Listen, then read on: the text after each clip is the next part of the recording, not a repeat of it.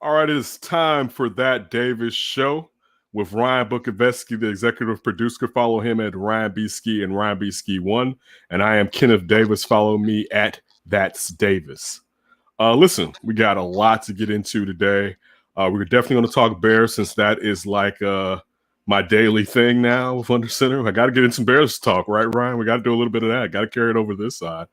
We're definitely going to do some NCAA. We have the trade deadline in the NBA approaching us in 2 days, so we're definitely going to talk about that league-wide and here as far as what perhaps the Bulls should do. Are they sellers, are they buyers, or are they both? And, of course, Ryan has a phenomenal up for grabs to end the show. So let me go off top.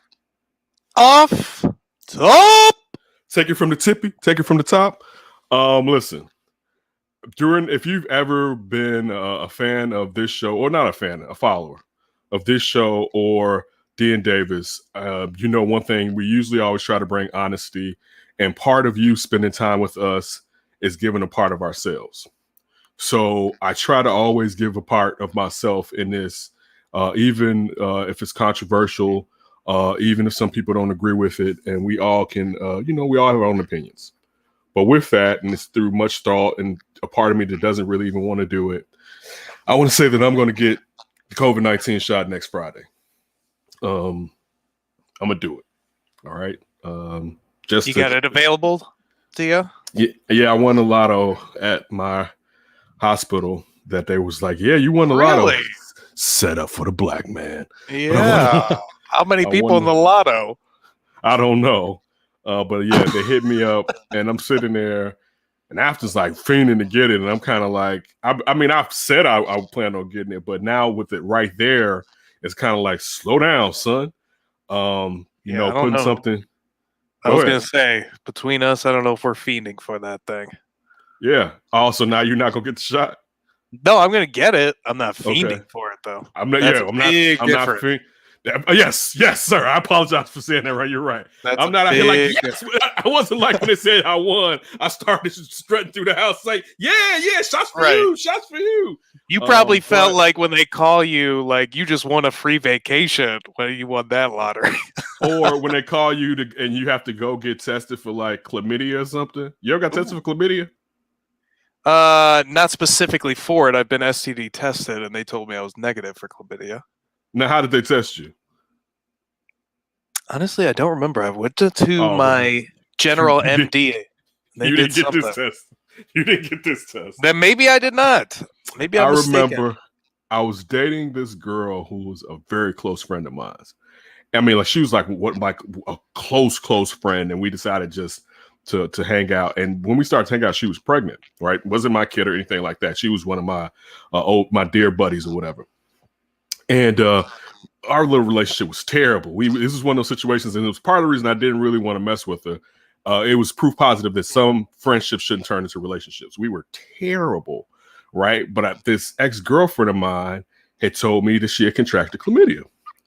And I'm like, what? And she kind of threw my name in there or whatever. And she was like a friend of my play sister, Faith, or whatever. So I'm like, okay. And I'm thinking about my buddy who, you know what I'm saying, and we really wasn't having unprotected sex, but still she was pregnant.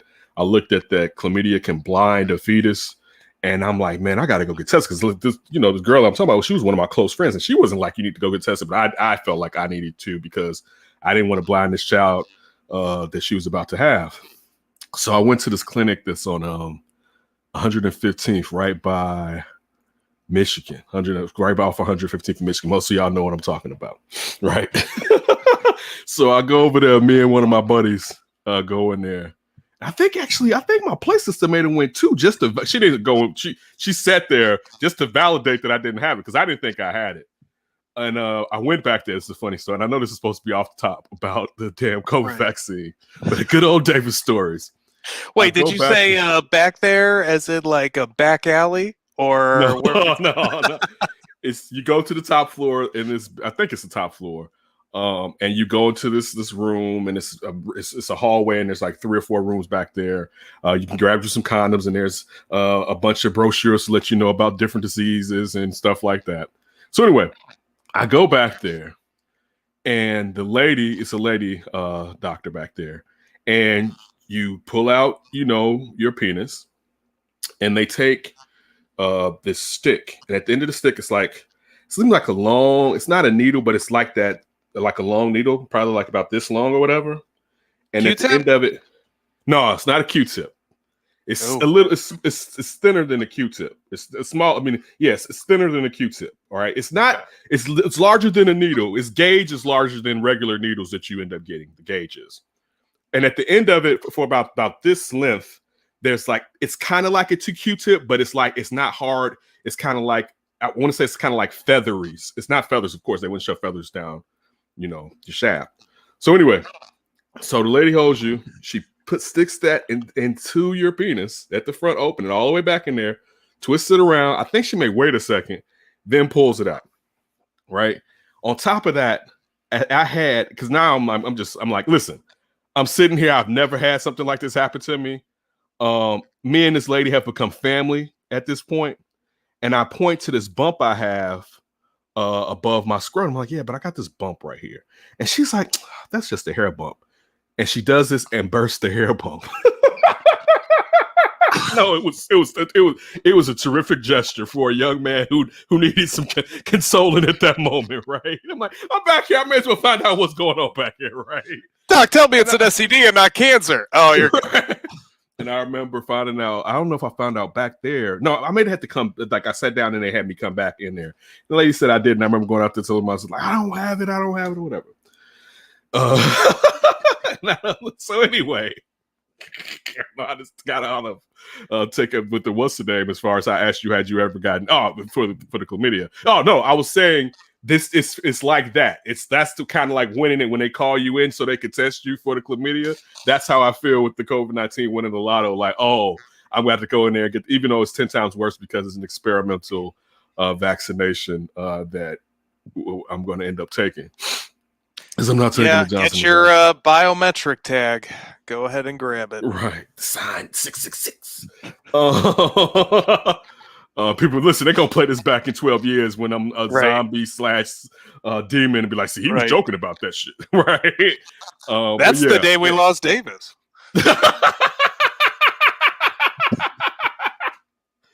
So, yeah, that's one thing I wanted to share. Next Friday in the afternoon time, I will be getting, at least it's scheduled right now, unless it happens sooner, I will be getting my first vaccination for COVID-19. So I can, for me, and it's not for everybody, but I need to kind of get back to some simile of what life was. It'll never be the same, but I'd rather have some more protection. And of course, this doesn't stop me from being able to pass it from anybody to anybody else. I still have to be careful. Doesn't stop me from contracting it.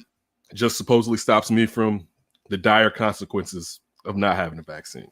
So I wanted to put that out there. My last off top, Loretto Hospital came under fire.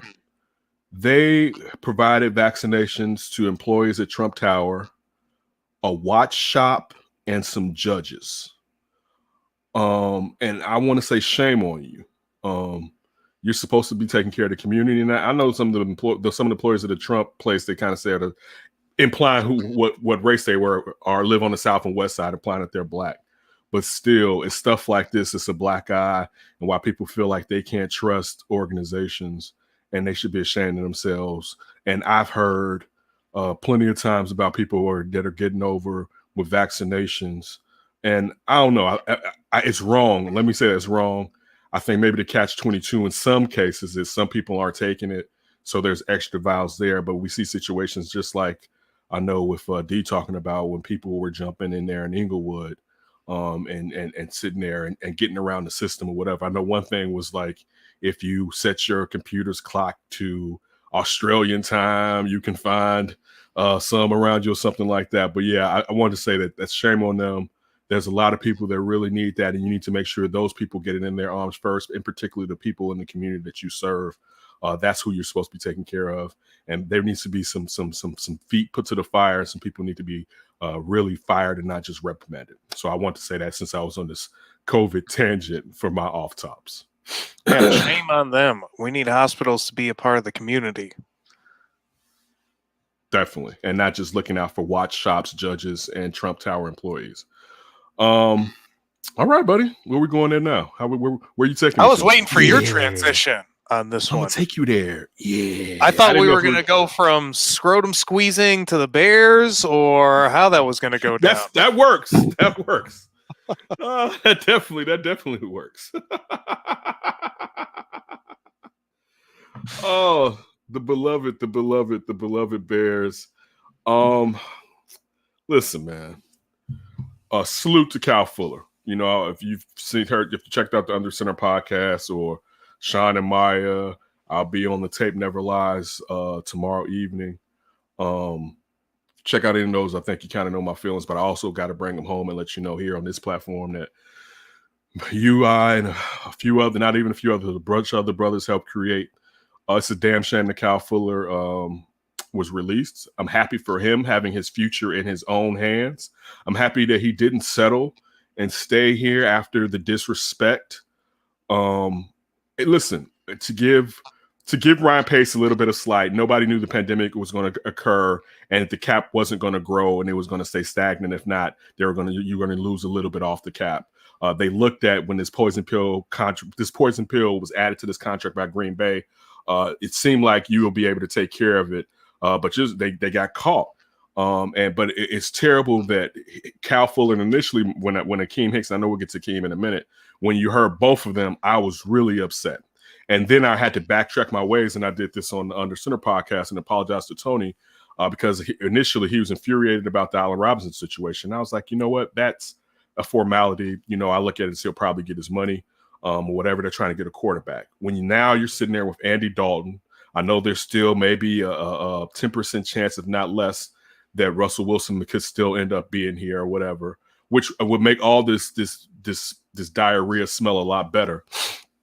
But when you look at the fact that, right, when Allen Robinson hasn't gotten paid and you had to cut Cal Fuller, and listen how it looks to add Andy Dalton, that just doesn't look right. And culturally, and one thing we kept hearing about from Ted Phillips and so on was just the culture. And I'm sure some of the culture was talking about the front office, but I think the culture also bleeds down into the team and how, to me, you can easily fracture this culture with some of the moves that you're making by decimating this defense. So salute Cal Fuller. Thankfully, he landed with Vic Fangio. It'd be easy for him to jump back into the system that he knows they're basically running here. I hope he does. I hope he plays well next year. And that Vic Fangio, they have a decent enough year that Vic is still there and they can sign him to a long-term deal. And he can get 2 nice big contracts in the NFL. After his rookie season, he had a couple of years where, he was battling. Then he had that year where he didn't play, and Vic Fangio challenged him, I believe, in 2016. And he responded, man, and like not even like a man, but like a wild animal. You know what I'm saying? And I as a Bears fan, I appreciate everything that Cal Fuller did as a Bears cornerback. He's one of the top 4 or 5 cornerbacks, I believe, that ever wore a Bears uniform in my lifetime. You know what I'm saying? So definitely salute to Cal Fuller, man. Outstanding. I'm sure he's going to be even better being back out there with Vic Fangio, especially if Chubb and Von Miller can do what they need to do on the outside.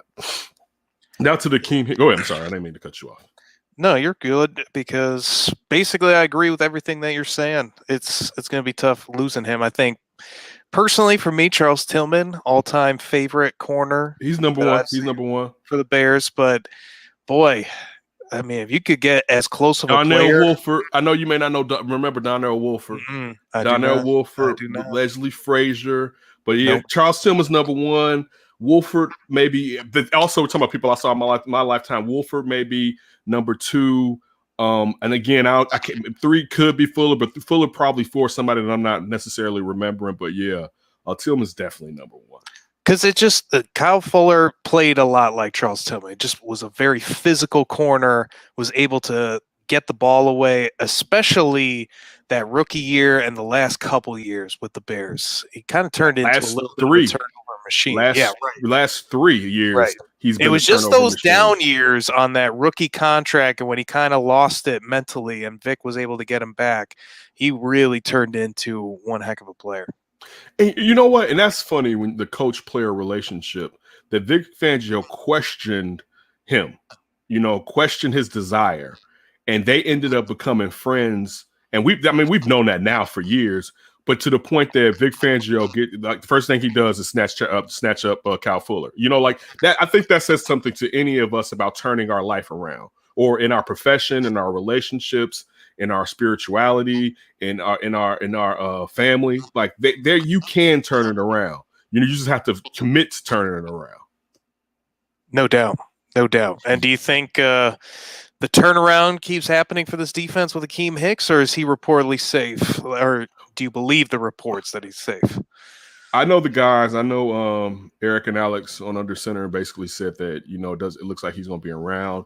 Listen, I'm gonna tell you right now, that man right there who was this close to always crossing the line, all right, and Akeem Hicks, that man right there, I would be somewhat distraught if he wasn't in the Bears uniform.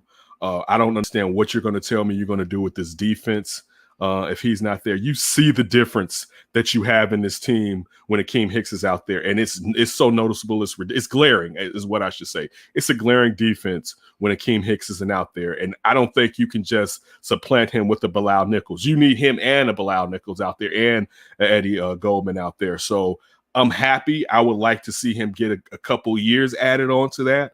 I want to see Akeem Hicks retire as a Bear. Like I would have wanted to see Kyle Fuller, but Kyle Fuller maybe be able to get a kind of dollars that is too much for the Bears right now to possibly pick up long term, I should say. But Akeem Hicks, man, it's just glaring when you see one from the run attack, one from the pressure, and we haven't been getting the type of pressure that you got in 2018. I just don't think you can replace a guy that, to me, is probably top 4 and 5 technique in the NFL. And when I don't mean that he's always at the bottom of that either. Like I think it's invaluable, and sometimes we don't appreciate, even though you see on Sunday what he can do, we still don't appreciate everything such a physical player can bring to your defensive front seven. So it were, to me, if you were to, it rung so much of Emory Trestman and what happened to where we're moving everything to the offense and we're decimating that Urlacher Briggs defense from back then, Alex Brown. That's what it smelled like to me. So I'm happy if Akeem Hicks isn't tossed to the wolves, basically, or sent out to the streets like Sweetie did Quavo. Sent back to the streets, I should say. So like I need him. You know what I'm saying? Like I think Bears fans, like I think we know, and we've grown up with this, and we want a great offense. Don't get it twisted. But we got it real, like, man, you know what? We're tired of this defense. Let's do this offensive thing. And I'm not going to say that you always have to have a top 10 defense, but you need a defense, or you need key players that can affect the defense in situations. And he's one of those players, and I don't want to see him on another team in the next year or two because I still think he's valuable, particularly if he stays healthy. Yeah, again, I agree with you. And I think, unfortunately, even though we were praising Kyle Fuller, Akeem Hicks is harder to replace than Kyle Fuller, and that's not any kind of diss on Kyle Fuller, and I think it's very close, but I see a little bit more special in Akeem Hicks right now in his game, and he can be, I think, more of a game wrecker than Kyle Fuller can be. And again, that's not a diss because Kyle does a great job on his side of the field, and he does an tremendous job in run support. He's a two-way player basically in that sense because he could play the pass as well as he plays the run. And then you got the instincts to create turnovers as well. Akeem Hicks is that same guy when he's really going, but on top of it, that pass rush comes alive when Akeem Hicks is really rolling and he's playing. And we know that just seeing teams, how they're built, when you have to spend a lot of money on your offense and they're trying to create room for Russell Wilson or some kind of big name quarterback, at least still trying, knowing that Andy Dalton is not good enough, even if they're forced to go that route. But you got to have a few guys on defense that can really wreck a game, a la like Chris Jones on Kansas City with Frank Clark. And you could have something like that here with Hicks and Max still. And maybe we look back on this, like you said, see this cap casualty of Kyle Fuller and some of these other guys, and we get Russell Wilson unexpectedly somehow. It's like, man, maybe it was all worth it in the end because of that. But it's just tough to see guys go. Hopefully they keep Akeem Hicks because you got to be able to replace some of these guys and hit on the offensive players that you're trying to acquire with that money now. I asked Adam Hogue last week, and it was because of this reason.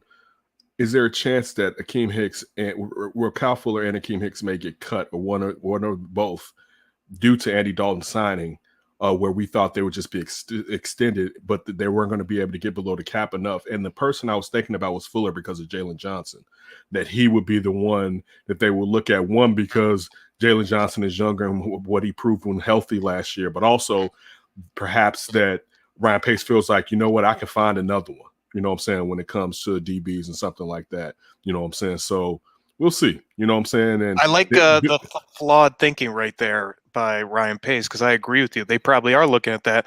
Jalen Johnson hasn't played a healthy full season of football since his freshman year in college or something like that, and that's what we're going to bank on. Shoulder keeps going, right? And that's you called it. You know, dude, you're looking at an Anthony Miller situation. And then look at Kyle Fuller. He's always healthy. Like, he plays every single game. Like, you better hope Jalen Johnson can be that guy. Yeah, and I mean, you can remember from the year before, like 2017, I think, may have been a year when all the DBs were hurt. Right, like we were down. Like Kamara went down. Yeah, when everybody went down, like Bryce know Callahan how bad it gets. Down. Yeah, so play around if you want to. You know what I'm saying, as far as depth. But you know what? With how the cap is in the NFL, it's going to be a lot of teams in that situation. Even though, as a caveat, you know, there may be a lot of players on one-year deals trying to prove it so they can get back out there, from top-tier players to middling players. So you may be able to still to gain some depth in that defensive backfield. Yeah, and maybe that's the plan for the Bears. We just got to figure out the best that we can for offense and quarterback, and then just scour the market for what we need elsewhere. Yeah, you got to do what you got to do. Real quick, for everybody on here, so how was Vegas? Vegas was pretty terrific, I would say.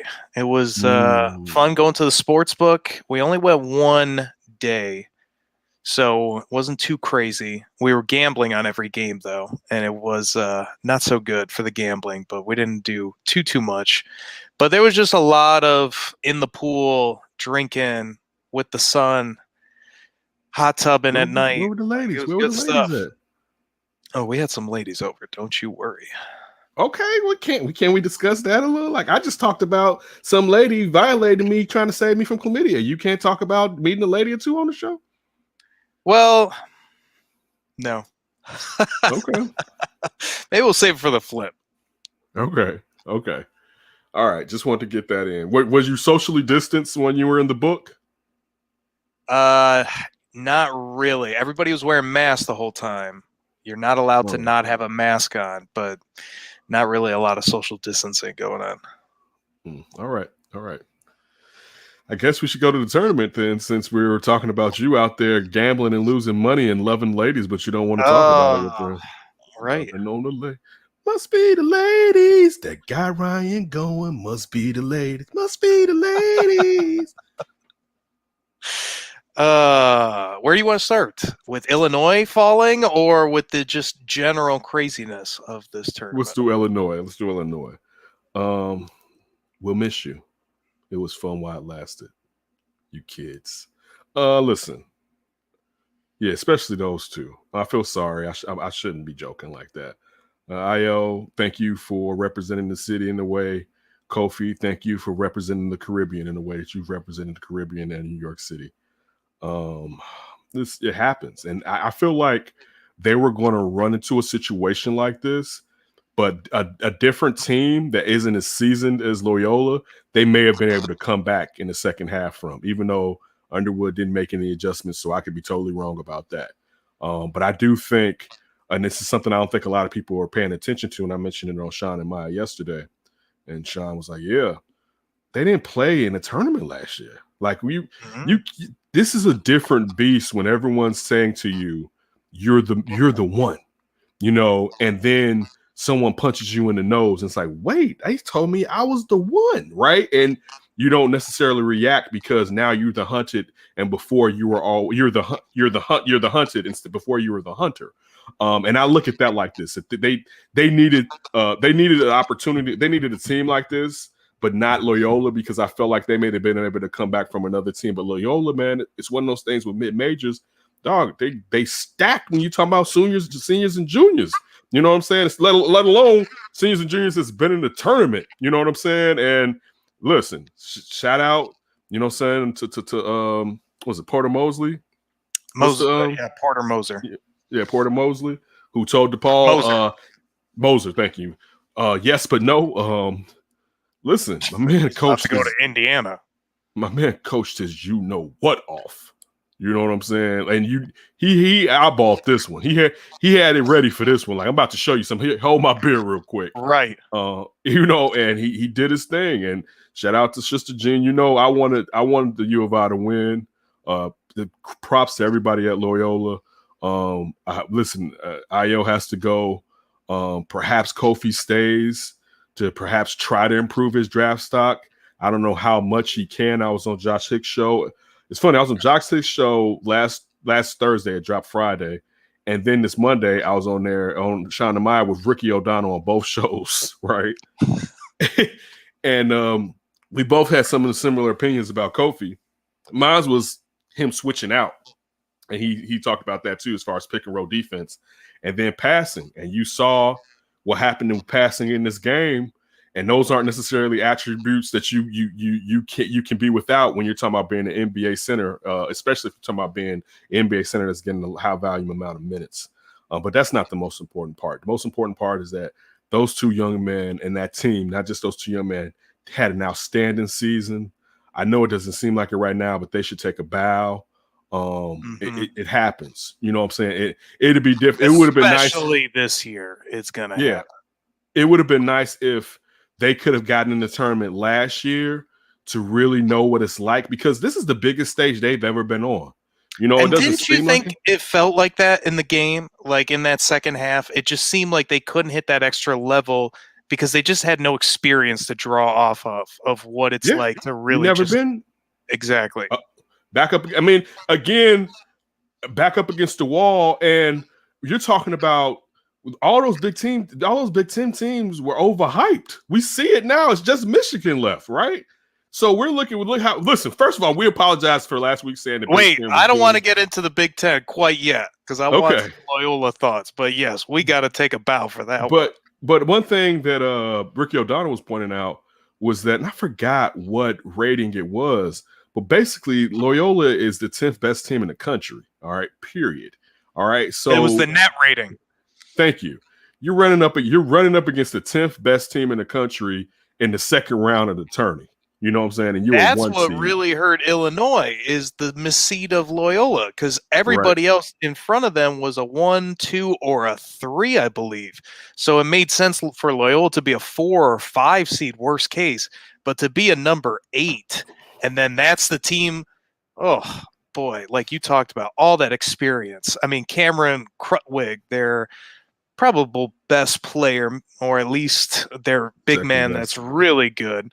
He was a freshman on that can do that. That's exactly a freshman with that type of high basketball IQ. The senior with that was something to behold. Yeah, dude. I mean, so that's a lot, man. That's a lot, dude. And they caught him. They caught him, man. And listen, props look at to that Loyola. stash, by the way. Oh yeah. You look a little bit like Chuck. It does. Got a little Chuck on him. I'm going to give him the edge on footwork, though, over Chuck, I think. Okay, I'll give him the edge on that, too. What, like footwork in the post, or like footwork in Chicago? Yes, in the post. Oh, man, look at that footwork. I didn't know Krutwig, because I'm like, like, get it, Krut, get it. Catch me on the shore, baby. Oh, man, but yeah, for the Big Ten, it's been pretty bad. By the way. Look at it, stunning on him. I'm happy. You know what? I take shots. Jason is throwing up somewhere right now. Somewhere, curled into a ball. I checked on him today. He says he's doing okay. Curled. I can't stand the faculty and the students that come in now. Damn that 100 in year 1 old none, and all our nunniness. Shout out to Loyola, doing big things. I hope they make it to the Final Four now. Shout out to Loyola, man. We're happy. I'm still going with Michigan. Let's get into that. Okay. I don't think Michigan's going to win it. I don't have them winning it. Let me say that. I have Gonzaga winning it. If they could get through another round, they maybe could start slowly dark horsing. You need your best player. I mean, you would think you need your best player. Well, the thought is he could potentially come this weekend. It's like almost 100% unlikely. So then it could potentially be the weekend after.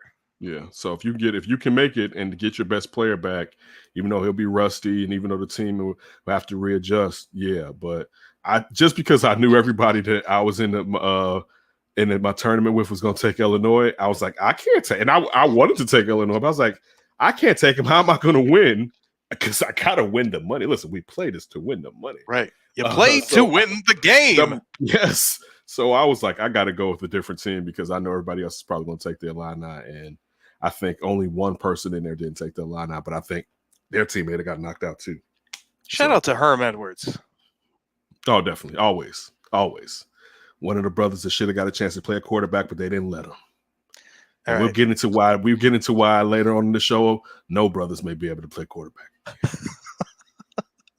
Russell Wilson's gonna wake up as a DB, like, what the running back? Get out there! The hell? That got nothing to do with that. So what do you think of this Sweet 16? Like I said, I got the Zags winning it. Looking here, I like Baylor. I think I have Baylor in my Final Four. Maybe, yeah, I definitely have Baylor in my Final Four. Hopefully Loyola can come out of the Midwest. I think I had Houston. I may have had Houston making it to the Elite Eight. I think I definitely have Houston making it to the Elite Eight, I believe. Well, your bracket doesn't look too bad in some ways. No, I'm 10 points behind the leader, and mind you, their champion is out. I have Florida State. I have Florida State making it to the Elite Eight. Nice. So Michigan would have to go down. Yeah, I think that's where I had Michigan going down with Florida State. Right there is where I had Michigan going down. Because who's your champion again? Gonzaga. I like it. Mark Few, baby. Yeah, I went Zaga. Zags. I think I had Alabama beating UCLA. I think that's where I went. Wow, you had UCLA in the Sweet 16. Nice. If that's who I had Alabama. Let me say that. I had Alabama in the Sweet 16. I can't necessarily say for sure. Yeah, because that's Abilene Christian. I definitely had UCLA over Abilene Christian. So yeah, my bracket it's better. It was hurting the first couple of days, and now I've seen it has kind of straightened out somewhat. What do you think? Honestly, I actually didn't even do a bracket this year. You gotta do one for the show. Yeah, true. But we didn't do it. Whatever. I'm the lowly producer. Anyways, what have you thought of this tournament? Because this is the non-blue blood tournament. There's been upsets galore. Okay. Hit me with it. Hit me with that Davis review. I wanted the Big Ten. Listen, no, this is all about biases. I wanted the Big Ten to run rampant in this. Oh, you have a bias, Ken Davis, on that Davis show? And really? I'm not even a Big Ten guy, but the hype was so much that I went along with the hype, and I should get my hand slapped for that. So yeah, and I want Michigan. Michigan was a team outside of Illinois that I really wanted to go deep. Part of it more than Illinois because just Juwan Howard being from here, going to school not too far from where I'm from.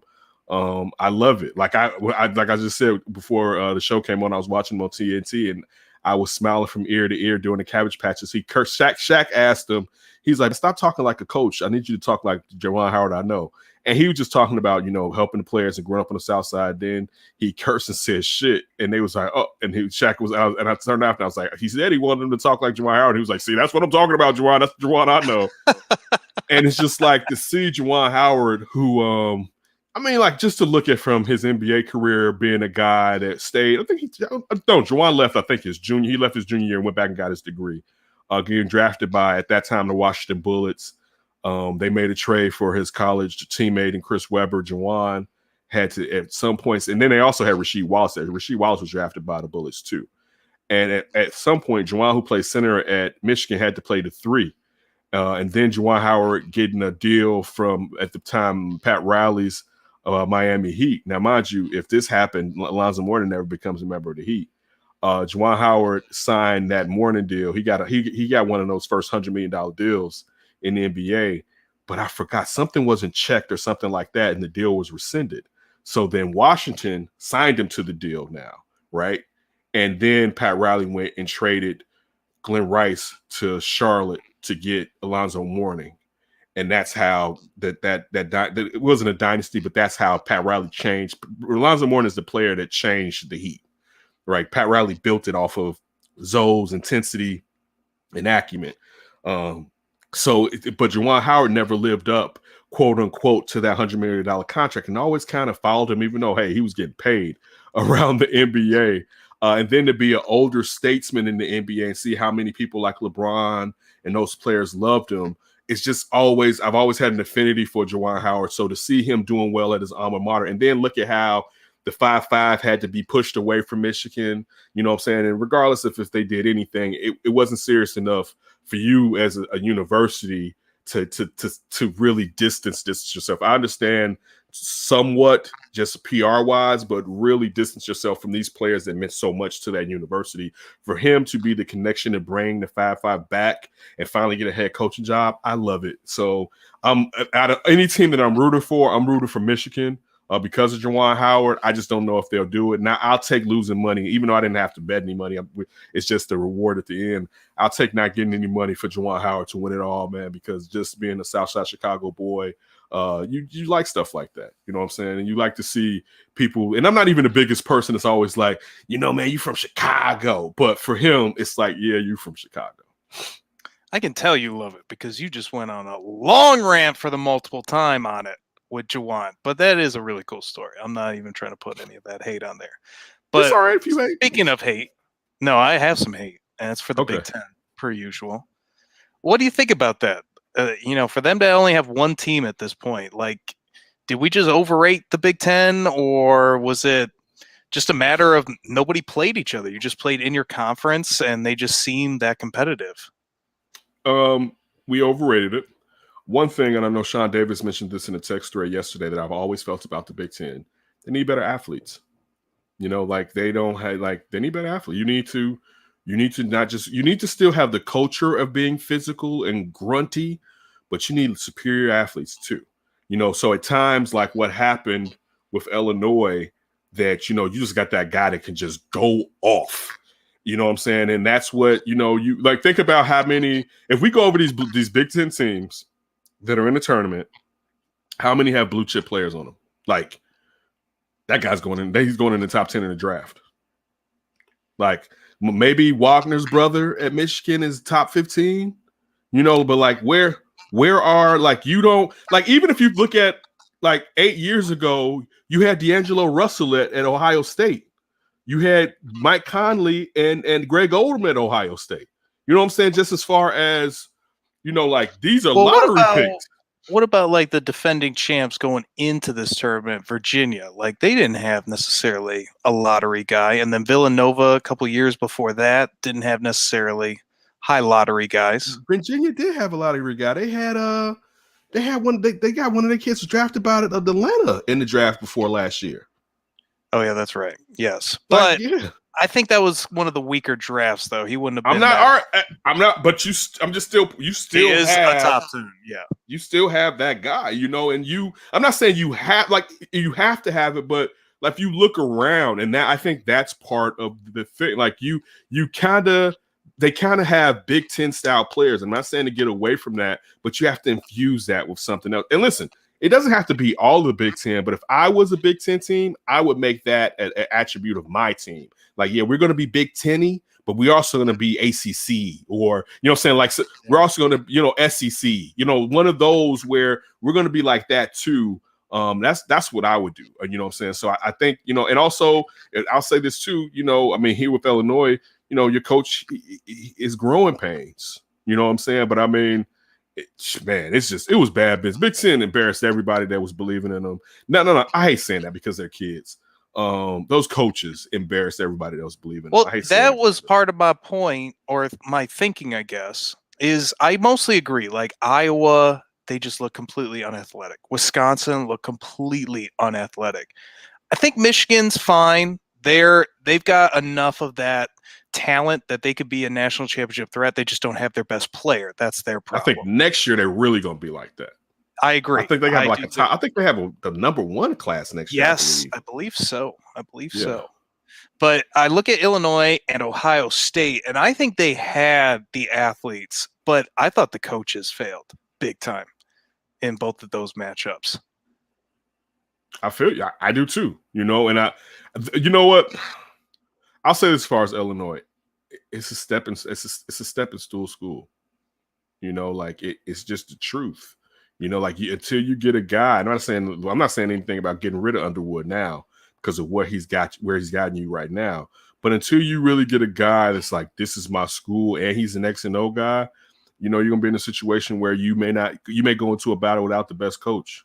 And then do you have the best players? And to be honest, they talent wise they had the best players, but as a team they didn't have the best team on this past Sunday.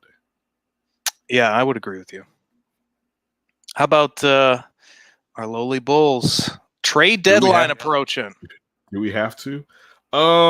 Listen, I knew we were going to talk about this, and it's time. I hate to say it because I would hate to do it for something that's it's not even worth making a move, and I'm talking about Larry Markkinen. If you're not going to re-sign Larry Markkinen, you need to trade him. Well, bam! That guy right there with the nice curly hair. It's just not going to happen. And maybe it'll happen someplace else, and then you can feel sorry for yourself. But I would say don't feel sorry for yourself because it probably was never going to happen here. He definitely has the abilities, but it's just not. It's not going to happen, man. And I wish him the best. I'm always going to root for Larry wherever he's at, but you can't pay that man $20 million a year. And if he wants something even close to that, you can't do it. You know what I'm saying? And it just hasn't been enough growth. This is his walk year, and this is the best year he's had since his freshman year, his rookie season, and it's still not close to that.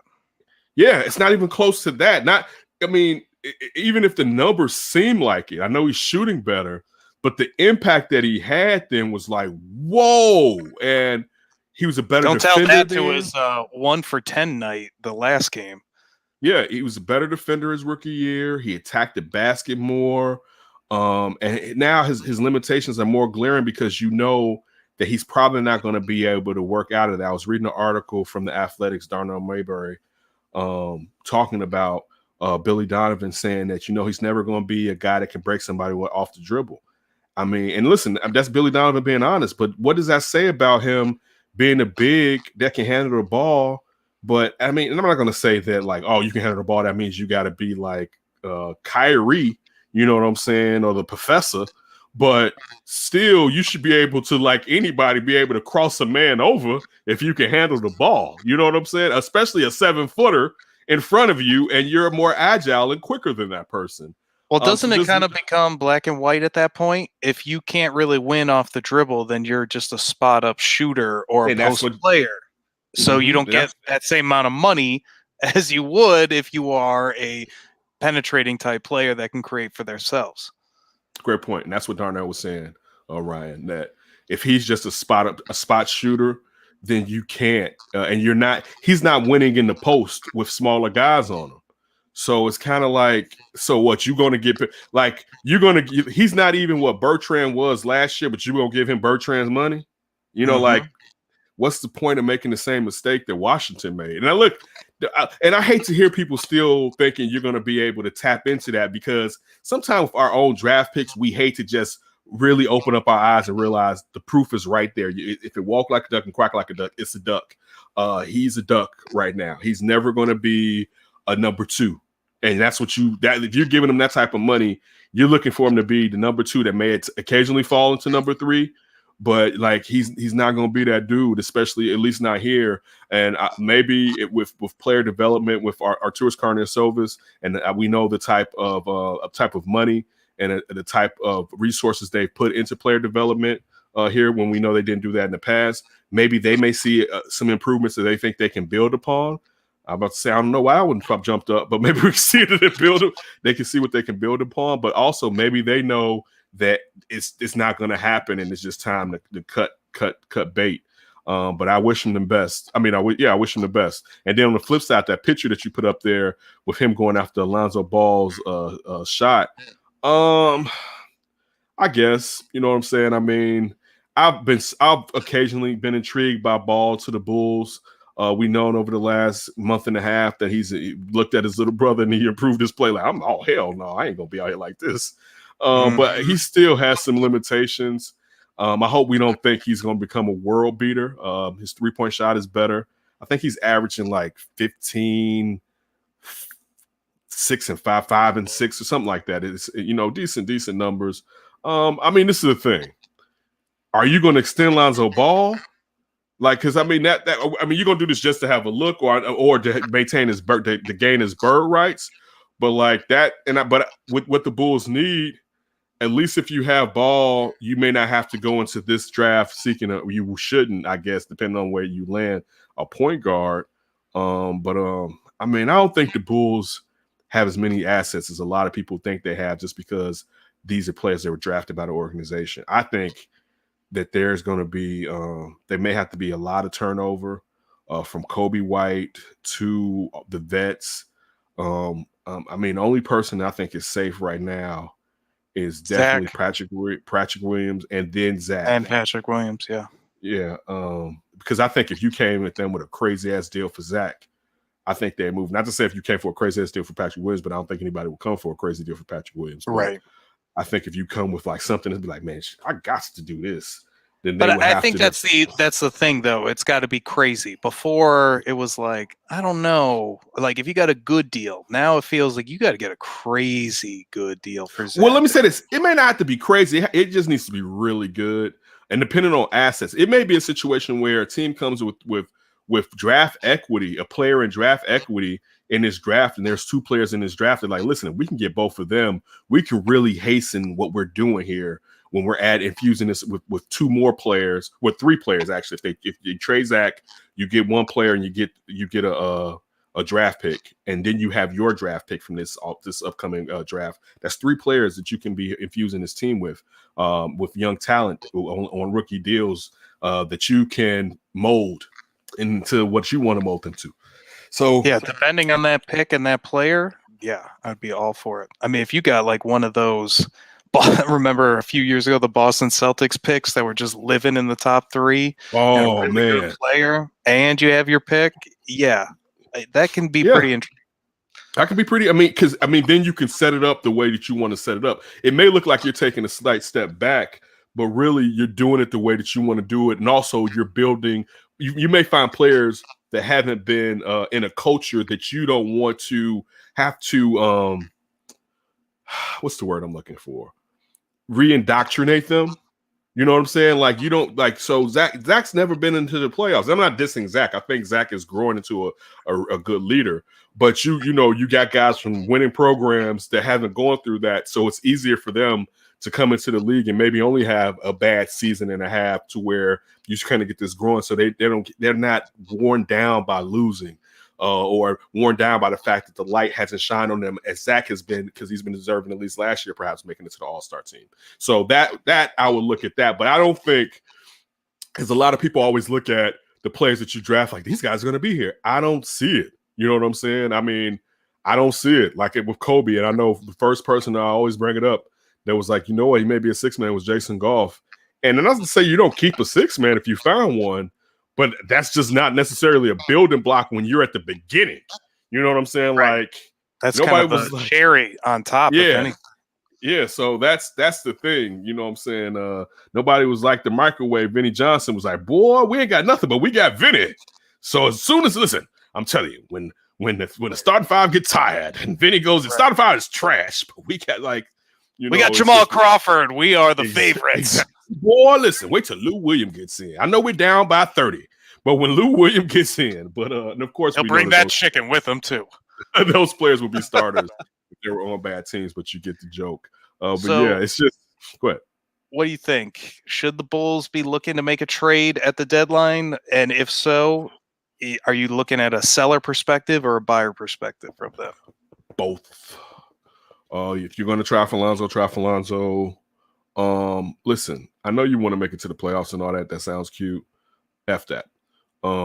Trade Thaddeus Young if you can get into a late first round pick. Definitely do it.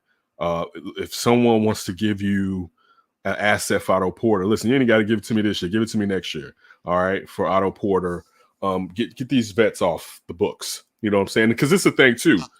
I'll say this: if those vets, they're still going to be free agents, and now they probably want to go to a winning team, but who knows if the money's going to be out there? You can re-sign them. You know what I'm saying? They believe in what you're cooking. That's about to say. If they like the coaching staff and the front office, look at Derek Favors with Utah. Traded them to the Pelicans, brought them right back this past offseason. If they can come back, but you need assets. We need to stop playing like you don't need assets. You win in the NBA through assets, and particularly when you're in a market that players do not come as free agents in their prime. So let's stop lying about it. Let's stop looking at the guys we have like they're just going to become superstars in the next year. Be honest, they're not. You need assets. If Arturas Karnisovas is his mutant ability, all right, and we all have mutant abilities. If his is talent evaluation, let's let him use it. And I guess in that vein, let's say your assets can only bring you something in a point guard or a center. What do the Bulls need more of this year, do you think? Point guard is more important, but it depends on what type of point. Like, so I guess this is the thing. A great point guard, I don't know. That's a good question. What type of center are you talking about? Because if you're telling me like a Tyson Chandler, more of a rim protector, defender, like especially if you were to go up against Embiid and some of these big men in the East, that is just not like a revolving door that it's been with essentially Wendell Carter or any of the others. That's a hard question now. I want to lean center because there's a lot of point guards in the NBA. Now you could ask the question as far as facilitating point guards compared to scoring point guards, but most of them are scoring point guards. Some of them just do more facilitating. I want to go point guard, but I really want to go center because, like, look at Jared Allen. And let's just filter it. How about this year in trying to make the playoffs? What's more valuable for them, a center or a point guard? Point guard, because I don't think there's any centers out there that are difference makers that are on a trade block. But if let's say you had somebody that became that rim protector defender, is that more valuable than the creator? Yeah, that would be more valuable because even though they need someone that can initiate their offense, but if they had someone that could cover up all the mistakes defensively from Kobe and Zach, excuse me, then it will be the rim protector, I would say, this season. But I don't know, but it's a catch-22 because what if you had somebody that can really get you in the flow of the offense and accentuate everyone's best attributes? Move Kobe White to the position that's more comfortable to him. Yeah, to a sixth man. So partially, I still want to go. I mean, and you could still at this point hope that Wendell would be able to do something. You know what I'm saying? But I'm with you all the way. I know. I can't even buy that at all anymore. Hey, that's what they've been selling us, man. They've been selling us this smoke, and I've officially gotten tired of the chew that they've given me. I've been doing this since his rookie year. Tony came to me like, Wendell need to be the leader, right? And listen, I know that he has been that person. This isn't just Tony saying this. This is reporters talking about the maturity and the person that they viewed at the time as being one of the only people that truly cared about what was happening. But in that, it's kind of shifted into he's this all-star that he's never become, right? Right. And it's like, I'm like, why are y'all hyping this kid up? And he hasn't proven it. I get that he's a good young man, but he hasn't done it on the court enough for you guys to validate this role that you want to carve out for him. Yeah, I feel like that guy that you almost like eat something that isn't that good, but something about it is appealing to you, and then one day you're just over it. Like, that's how I feel about Wendell. Like, I don't want that food anymore. Get rid of it. Yeah, so I mean, listen, when the rumor was out there that for Wendell and the fourth pick, and I'm not saying it was going to happen, you can get Wiseman. You know, if you the text line, because I think Josh Hicks was like, Wendell's a rim protector. I was like, when? Like, you better go get that Wiseman. Like, have you like what? Like, so I'm not the listen. Great family, great young man, may figure it out. Right. But Great draft day outfit. Yeah, great. I won't even go into that one. But the Asian tigers that everybody was connecting to Wakanda, but still, no. That should have been a sign, Paxson. Right there. It's like, wait, I don't think those are Wakandan tigers on that. Can you imagine John Paxson saying that? Is this Wakandan? You know, he's got a really good left and he can really roll right. But is he Wakandan with this outfit? I mean, like Wakandan. I mean, this is a red flag, folks. So, look, but that's a great question. If I could have either or, I want to say rim protector because of the defense, but then I feel like maybe they wouldn't score enough. But you know what? With Billy Donovan, you know, that's a great thing I can say with Billy Donovan. We've seen him in the NBA win in a myriad of ways. And if it's having a better offense than defense, he could do it. And if having a better defense. But I'll say this. If you had that big, that's the Jared Allen type of big, there's a lot of point guards out here. There's not a lot of rim protecting, lob happy big men in the NBA, let alone that can switch out on defense. You know what I'm saying? Like if you can get you one of those guys, you cooking with grease. I think so too. At least they got a couple guys that can beat you down with the dribble. Exactly. They don't really have the rim protector.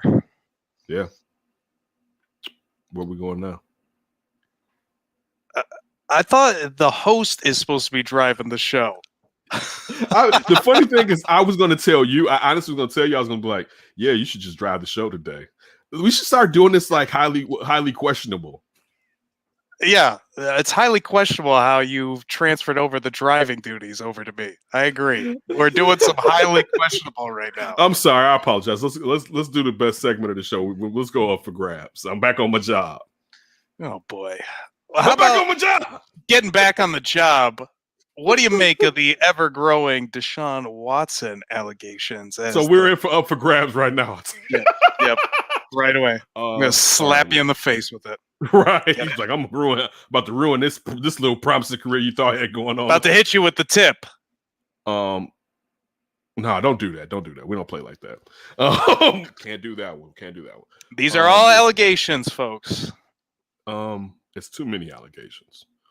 I know his attorney, Rusty Hardy, came out today and said, well, first of all, I think there's 24 women, but maybe only 14 to 17 has go ahead. Yeah, made lawsuits or allegations part of the allegations of the lawsuit. Yeah. So, but we know that it's supposed to end up being 24. Yes. It sounds too much like a pattern to just throw it away. Now the situation with him and the Texans initially made you kind of wonder, was it a smear campaign? We always with this show tend to lean towards the person, the victim. We've always kind of been that type of show, and we will continue to be that show. It seems like a pattern, and like that young man may have a problem. We'll find out and let it play out to see what happens. But it seems like he's wilding out and assaulting these young ladies. And even if Rusty Harden said this, that maybe the third plaintiff tried to get $30,000 and said that she had consensual relations with Deshaun Watson. Yeah, if that's just one woman, I know that's supposed to be like the snowball that starts the avalanche as far as saying that all of these women are lying. But still, that's a lot of women lying. So I lean towards them. And it'd take a lot, even if this is thing too, even if it's found out that he didn't do any of this, that scarlet letter is on him. Like, and I will say this, I think with social media compared to in the past, with these situations. It's easier to perhaps remove most of that scarlet letter, but there's always going to be people that when they hear something bad about you will always associate that with you just because they don't care about you or they disliked you in general. But more importantly, it seems like a lot of women that have the same job and said the same thing happened to them were assaulted. And that'll have to be disproven. And I know we live in a country where it's supposed to be innocent until proven guilty. But man, if it, again, and I say this about Larry Markin, and this is way more serious, but if it walks like a duck and quack like a duck, what can you say?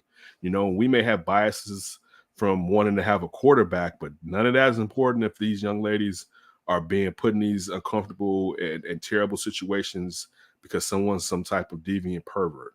And I don't know if that's Deshaun Watson, but it looks like it could be right now. Yeah, I think you hit everything. Just my only 2 cents to throw in, and you even touched on this, just because maybe one plaintiff or one allegation is potentially like rotten in their intention doesn't mean that all these women are lying. Doesn't mean that all the other claims or allegations are false. And we obviously want to respect Deshaun Watson as well. He's innocent until proven guilty. But we know with these cases, it's extremely hard to prove guilt because there's just not a lot of evidence that is just lying around that prosecutors. Text messages, Ryan, if he has text messages apologizing, and I've said this before, if he's apologizing for anything outside of not tipping them enough, he in trouble. Because what do you have to apologize to a masseuse for? I agree. Like depending on how it plays out, that's all I'm saying. Yeah. So if he, I mean, to me, listen, if it's proven that it's true that those ladies have text messages and he's apologized. Listen, even one of them, and he's apologizing to her. It's like, what are you apologizing to a masseuse? Like, what could have happened? What could you have done as a client? Like, did you say something wrong? Like, unless you were like disrespectful, but not even like in a sexual sense. Like, let's just say you were one of those people who someone's working for you and you don't treat people kindly, you know, and I'm not saying that's fine. But like it just seems fishy. If you are apologizing for having some type of contact with this lady, sexual contact that wasn't consensual with this young lady. Yeah, it just depends, you know, because we just know that even with the slam dunk case, there's been shocking rulings before. If they got them with text messages that blatantly show it and stuff like that, then I'm sure justice will be served. The point I just wanted to just make is that these are very hard cases to make a guilty verdict out of. The civil, this one might not be one of them. True, this is civil, so it's not to the same degree. It's not without reasonable doubt. It's not like, you know, saying a criminal case where, you know, you really go against it. This is a civil case, so it's easier to prove, and that's why to a certain degree they went through that lane as far as doing a civil case. And also, go ahead. No, go ahead, finish. And you know, we'll see, because one thing that the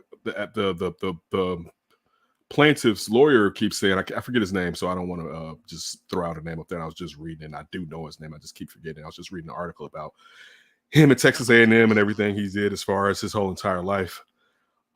Listen, if it's proven, man, that Shorty was doing this, man, it's just bad business. I guess that's what I want to say. I was going to say, he said that he was going to give the cops down there in Houston this information, and we're waiting to see if it can become criminal.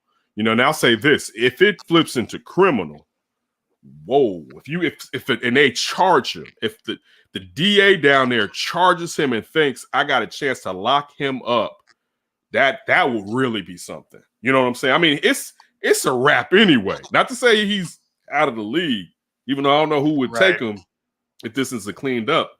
But if the DA charges him criminally, dude, I don't care if he gets off.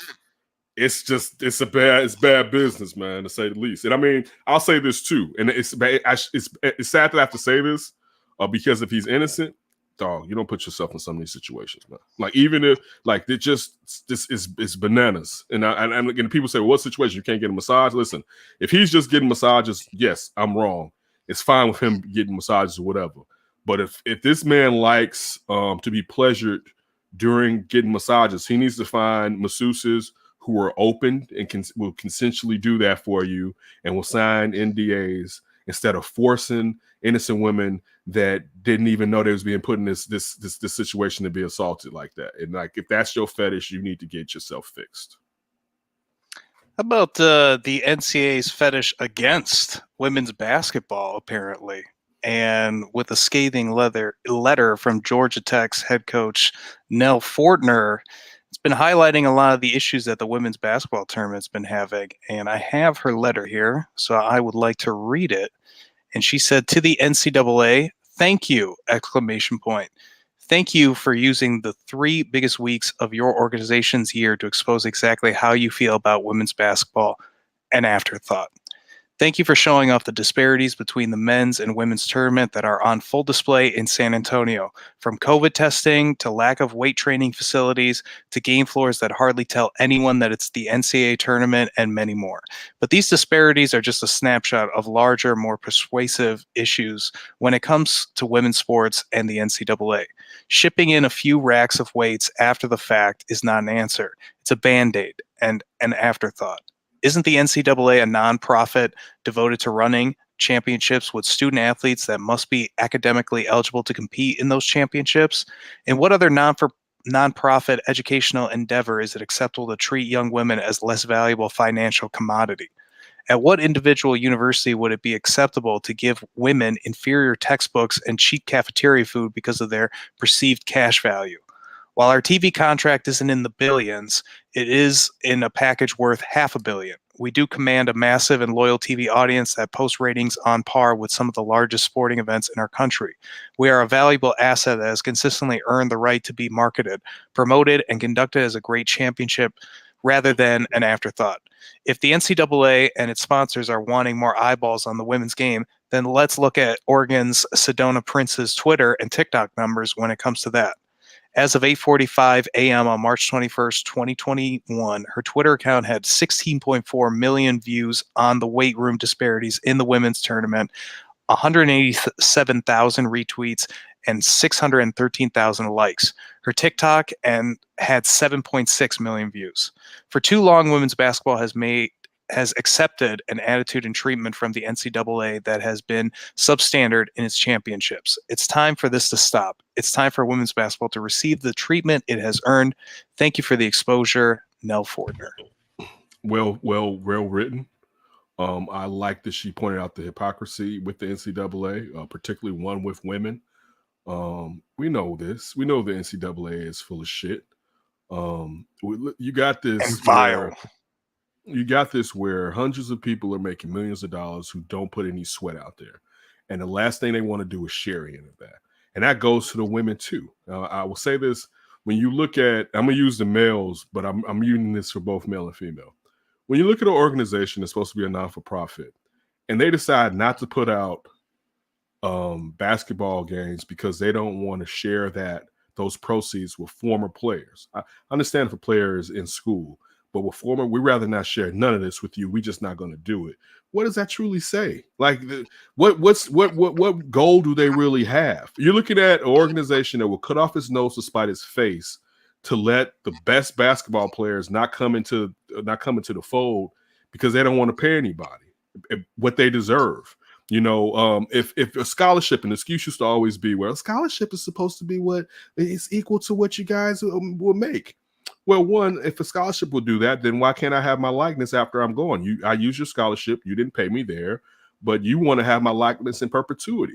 And it's the same thing with the women. You know what I'm saying? Where they want to take advantage and put, you know, these basketball players all over CBS and run these commercials. And you saw the travesty of that weight room situation. You saw they had the space. The excuse there wasn't enough space. The young lady pointed out there was enough space out there to have the equipment. I will say this.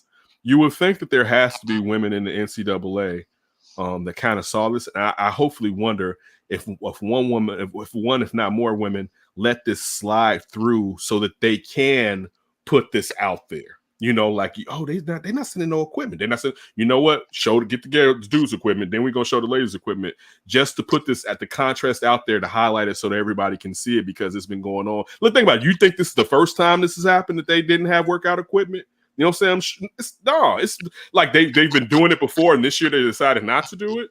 And maybe I'm wrong, but I doubt it. This is something that's been probably persistent, and they finally decided to highlight it. And I take my hat off to that young lady and these women as the coach for standing up, because women deserve to be treated better. And it's not like, and she said, it's not like they got a bad product now. You know what I'm saying? Like, for the majority of my life, I don't watch it as much as I used to. I've enjoyed women's basketball and the tournament. You know how many times I've watched the women's NCAA tournament, and it was amped to see, because the draft is like the next time after the championship, the next after the championship game, and hoping that the Sky was going to get the best player or whatever. It's enjoyable, and you need to respect those ladies and put them on the same pedestal that you put these men on, and particularly they're women. Like, when do we not treat women even better than men? You know what I'm saying? And there's enough revenue, and I won't even say like you don't need the males' revenue; they're making revenue themselves. So, I mean, it's actually, and we talk about revenue generating sports. At some of these schools, women's basketball team is the revenue generating sport, you know, or it's at least in the top 2 or 3. I'm happy it's been highlighted. Just the NCAA is just full of it, man. It's like it so needs to be done away from.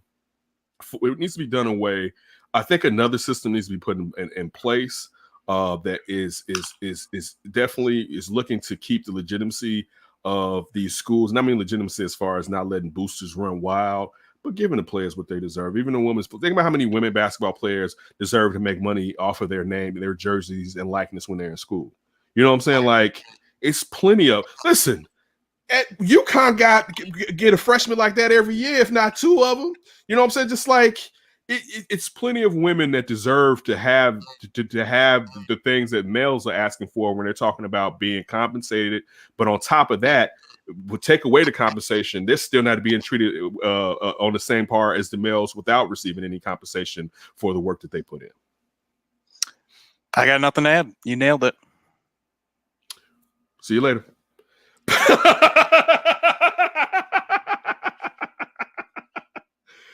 Oh, we always appreciate it. Great. Oh, we're back.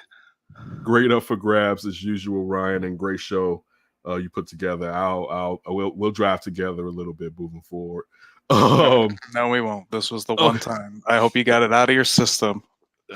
It's like the anti-vaccination. I hope you got it out of your system now. Okay. We'll take it out of your system. I guess next week we'll see, because I'm getting it on Friday, so we'll see how I'm going Saturday, because that's part of also that's part tell of the them reason. to put in your computer chip, drive the show, so that'll be taken care of. Turn it up. Can you turn the drive the show chip up? Right. Okay, thank you. Mine's been defaulting.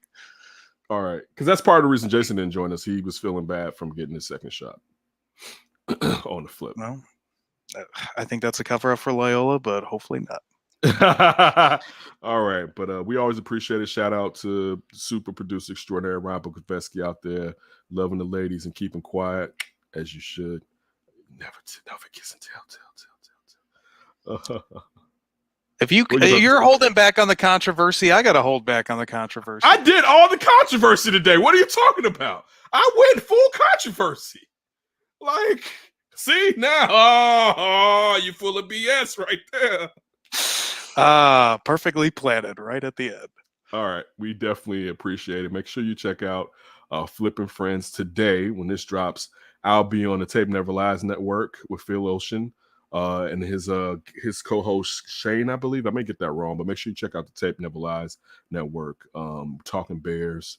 Definitely check me out on the Under Center podcast, and always check out Flipping Friends for me, Ryan, Sid, and sometimes Jason. We always appreciate it. Definitely take care of yourselves and don't do anything stupid before you hear from us again.